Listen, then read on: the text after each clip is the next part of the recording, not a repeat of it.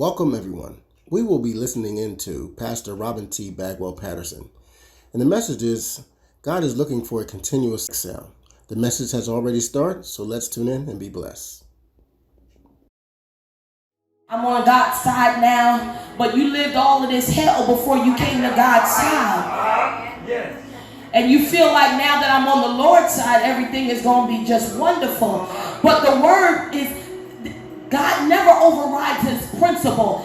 And the principle says, whatsoever a man soweth, that shall he also reap. And so even though God loved David, and David was a man after his own heart, he had to reap the consequences of what he had sown. When you sow to the flesh, you reap corruption. Amen. And so God never overrides his principle. And so the principle that David had sown, it didn't change God's mind about David, but he had to deal with what he did. That's right. Amen. When my children do something that I don't like, I don't love them any less, but you got to deal with the consequences of your actions. Yeah. You're not just going to get away scot-free because I love you. The word says he chastens whom he loves. So I feel some type of way if God didn't correct me when I was wrong. He chastens whom he loves. And so David found himself in this situation with the Philistines, and they were after him. And in the first part of 2 Samuel, even though we did not read it in that first part of that particular passage of scripture, the Philistines were coming out after David. And David inquired of the Lord, and he said, listen, should I go after them? See, David didn't do anything without asking God first. See, we grown and we know everything to do, and we do stuff and we don't ask God because we don't feel like we need to seek him about every little thing. But can I tell you, it's better to seek him about every little thing? Because God is concerned about every little thing. Not just the big things, but the little things. We feel like, I don't want to bother God with that. Bother him. Yes. Because he's our Father and there's no bother. That's right. When we have relationship, right, he's okay with us coming to him. Yes. He's okay with it. And so we have to ensure that we understand that God is looking to bless us, but there's a sound that he's looking for. Amen. He can't give us the blessing if we come to him every now and then or every once in a while. He's looking for a continual sound. So that means we were talking about prayer in Bible class on this week, and my dad said the scripture that says pray without ceasing. So that means when I wake up, when I go to bed, and all of that in between, there should be a prayer upon my lips and upon my heart that's going out unto the Lord. Because when I'm creating that sound, he's familiar with me. The word says he knows the very hairs on my head. So he knows me, but there's still a sound that he's looking for. And so David had been attacked by the Philistines, and this was the second attack. And so this time he inquired of the Lord again, and the Lord said, listen, I want you to change it up. See, that's why it's important for us to seek the Lord about everything, because we may try to do it the same way we did it the last time and not inquire of the Lord, and then we end up messing up and we're like, God, what happened? He said, but you didn't ask me. Because if you would have asked me, I would have told you, this time, don't go head on. I need you to come behind. Right? And so he sought him the first time, and God said, yes, go after them, pursue them. And he pursued them, and he got all of the Philistines, and they killed all of the men, and they got all of their spoil. But this time, he inquired of the Lord, and the Lord said, no. He said, don't go after them the same way. He said, this time, I want you to listen for the sound in the trees. Because when you hear the sound in the trees, that's a sign to let you know that they're coming toward you. And that will give you the opportunity to now go behind them and ambush them. So think about it. When you're walking or you're walking by and you see the trees moving, you know that the wind is coming in the direction that the trees are moving. Right? So God said, listen, when you see the bushes starting to move, because the Philistines were all giants. Right? So when you see the bushes starting to move, that means they're coming for you. And so as they were coming for David, David and his men went around the back way and killed all of them, and got the spoil. And so the reason why they were successful is because they were listening for the sound. They were listening for the sound. They weren't trying to do what they had done before because it worked. See, sometimes we get stuck because something works and we don't want to change because we get stuck because it works. They say the common thing that people say, the cliche, if it works, don't. If it's working, don't fix it. Right? If it ain't broke, thank you. Don't fix it. Right? They'll say if it ain't broke, don't fix it. But sometimes, see, David was successful the first time in going after the Philistines. But he inquired of the Lord a second time instead of going on what worked the first time. Just because something worked last year doesn't mean that it's a season for you to do it again. Sometimes you got to change up stuff. You got to change your tactics. You got to change your strategy. You got to change what you do and confuse the enemy, because God is doing something and he's listening for a sound from his people. He's listening for a sound. He says, I want you to get to a place where no matter what's going on, good, bad, or indifferent, you don't charge me foolishly. Because when you're creating a sound, when you're on a regular and a continual basis seeking the face of God, and he's familiar with your voice and you're familiar with his, then when things go wrong, you're not wondering if he's going to show up. Come on now. Because you've been in his presence enough to know that he showed up so many times before. Yes, Lord. Yes, Lord. I'm secure in my relationship with God that I know enough about him, because the sound that I have created over the last 42 years has established a relationship and a connection to the point where I know he's concerned about me. I know that even if things are not going the way that I want them to, I understand that the word says in Romans, and we know all things work together for the good of them who love the Lord and are the called according to his purpose.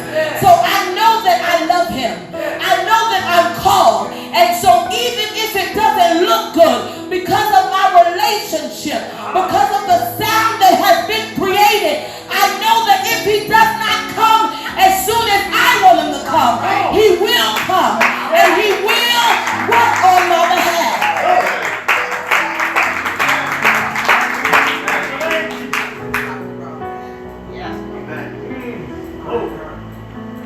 When we look at victory, we think of winning, right?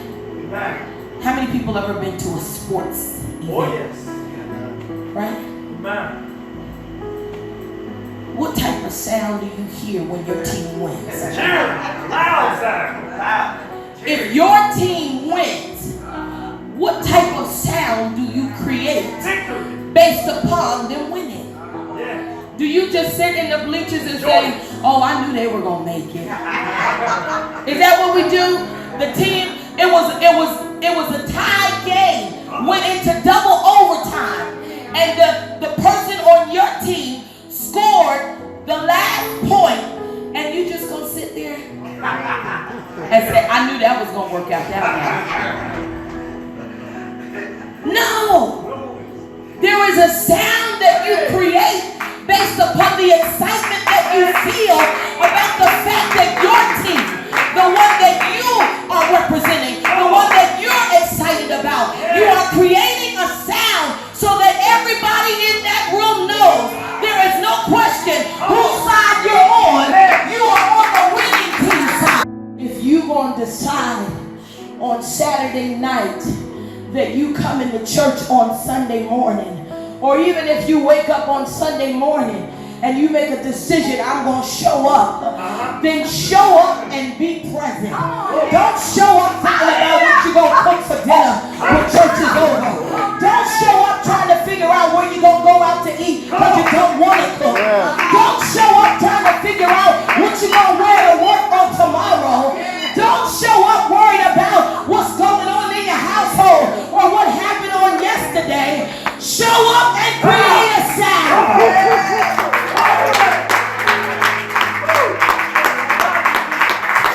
Amen. Hallelujah. When we first started pastoring, we were pastoring college students. College students are transient. Some of them had foundation in church, some of them didn't. So they had to be taught. But if you've been in the church more than 5 days, 5 months, 5 years, you know that he's looking for a sound. Yes, Lord. You know what it means to give God praise in spite of what you feel. Amen. Amen. See, our emotions change all the time. That's right. That's right. You cannot rely on them. Because you may wake up. The way I woke up this morning, I felt like, woo, I could just lay here like another couple hours. And then I'm going to show up for the afternoon service. Keep it real, Pastor. I don't, because there's always something going on. Life happens. Amen. Amen. So true. Life happens. Amen. People die every day. Every something like 37 minutes, somebody leaves here. I'm not being insensitive to say that you don't grieve for somebody that you might have lost, but what I'm saying is you can't regain no time back with them. You celebrate the life that they lived, and if they lived in Jesus, then create a sound that's worthy of the life that they lived.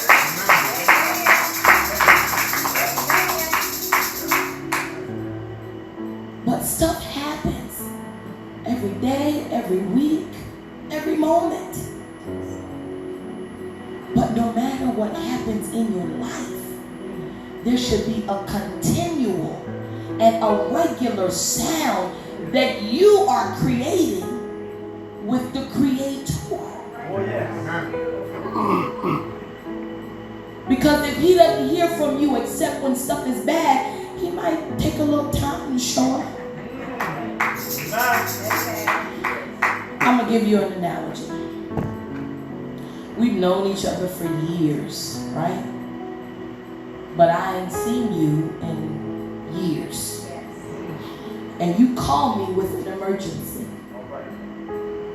You say, oh, Pastor, I really need you to do something for me. I know I haven't talked to you in a long time. So if you have to preface it with that, you kind of already know what my response is going to be. Just saying. So if you have to preface it with saying, I know I haven't talked to you, and I know I haven't seen you, I know, but I really got this emergency, and I really need you to do something. So I'm supposed to drop everything that's going on in my life. Because you have an emergency, and I haven't seen you since Jesus was a boy. And you want me to show up. And see, that's what we do with God. That's right. Amen. Right? We ain't been to church all year long and we came on Easter. And then we want him to resurrect some dead stuff. Now I'm not saying that he won't, see, because I'm not God. And we're grateful. That's right. But understand that if you've not created a sound, if you've not been in constant communication with him, if you haven't talked to him since last Easter, you can't come to him with your emergency and say, God, I need you to show up right now. My God. What are you going to do differently if he does? Amen.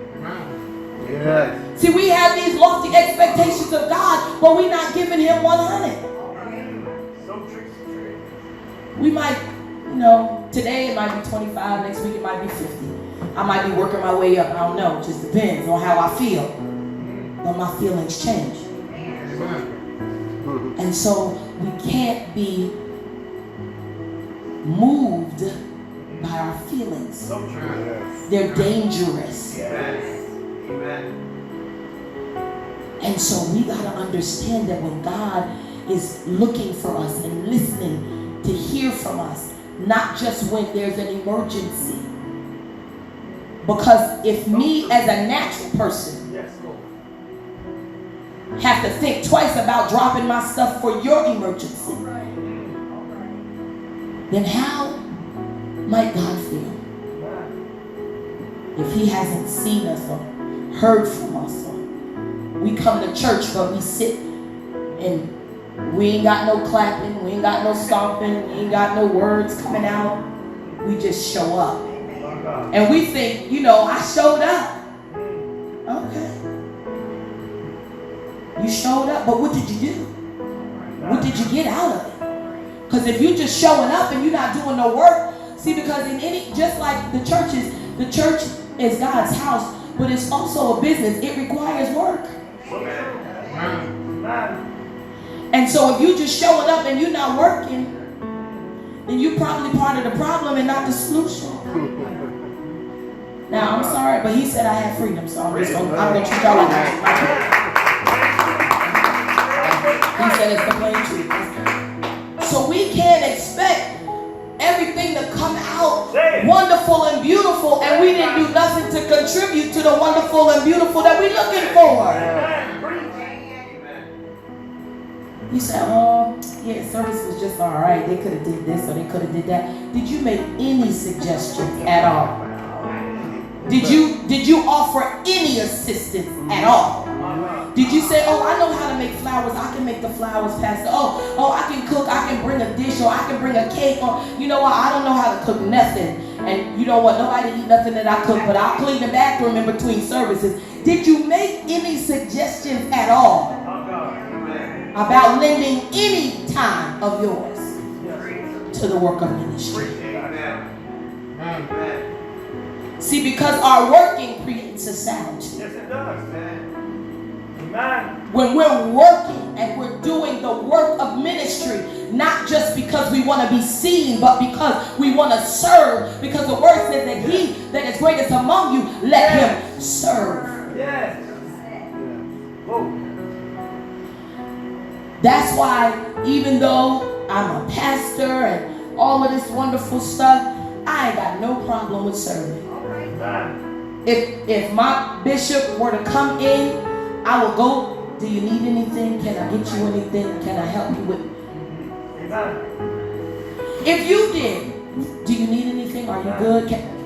See, we got to stop waiting for somebody to invite us to do something. And we got to hear, if we're in communication with God and God is speaking to you, God is going to tell you there's a need and I need you to fill it. Don't look for somebody else to do it. I need you to fill it. So true. Because he's looking for a sound. Yes. Now, when we're talking about victory, and I promise I'm almost done. All right now. When we're talking about victory, when you're looking for victory over your enemies, you can't have victory over your enemies until you identify who they are. right. Amen. And a lot of times, I'm going to tell you a secret, the enemies are not necessarily without. Right. Sometimes our greatest enemy is ourselves. Amen. That's the whole truth right there. Yes, it is.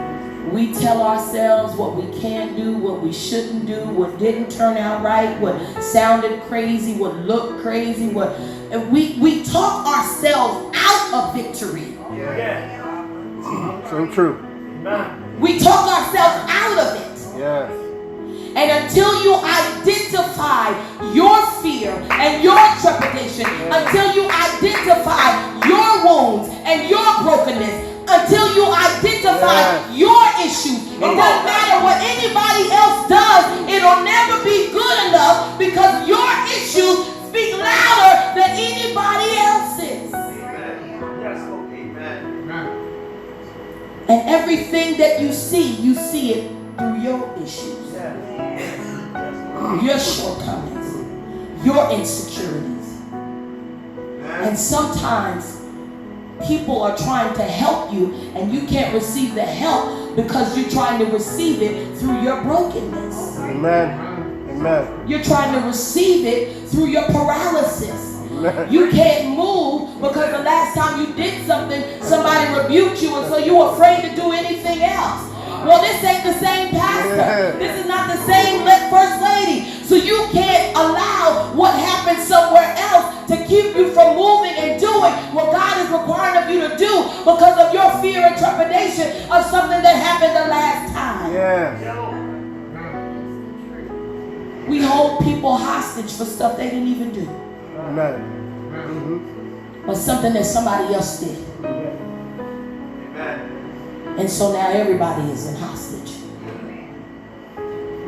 So But if true. we're going to have victory, we must first recognize and identify who the enemy is. Yes. And once we identify who the enemy is, then we can go before the Lord and create a sound that will allow him to speak and deliver and set free. Amen. Amen.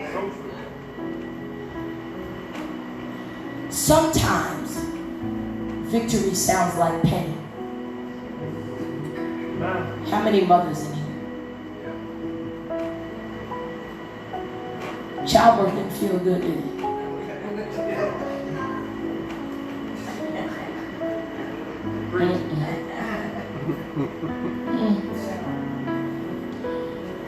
But you love that child, don't you? Yes. So the victory is the birthing, but the pain is the process. And so sometimes victory sounds like pain. Amen. We gotta cry out unto the Lord. Sometimes stuff is so heavy that we can't just wave our hands and clap our hands and stomp our feet. Sometimes we gotta cry out unto the Lord because this is painful and I don't like it and it doesn't feel good and it doesn't look good and I don't like it and it's painful and we gotta say all of that stuff to God because continually He wants to hear from us so that He can deliver us to victory. Yes. Yes.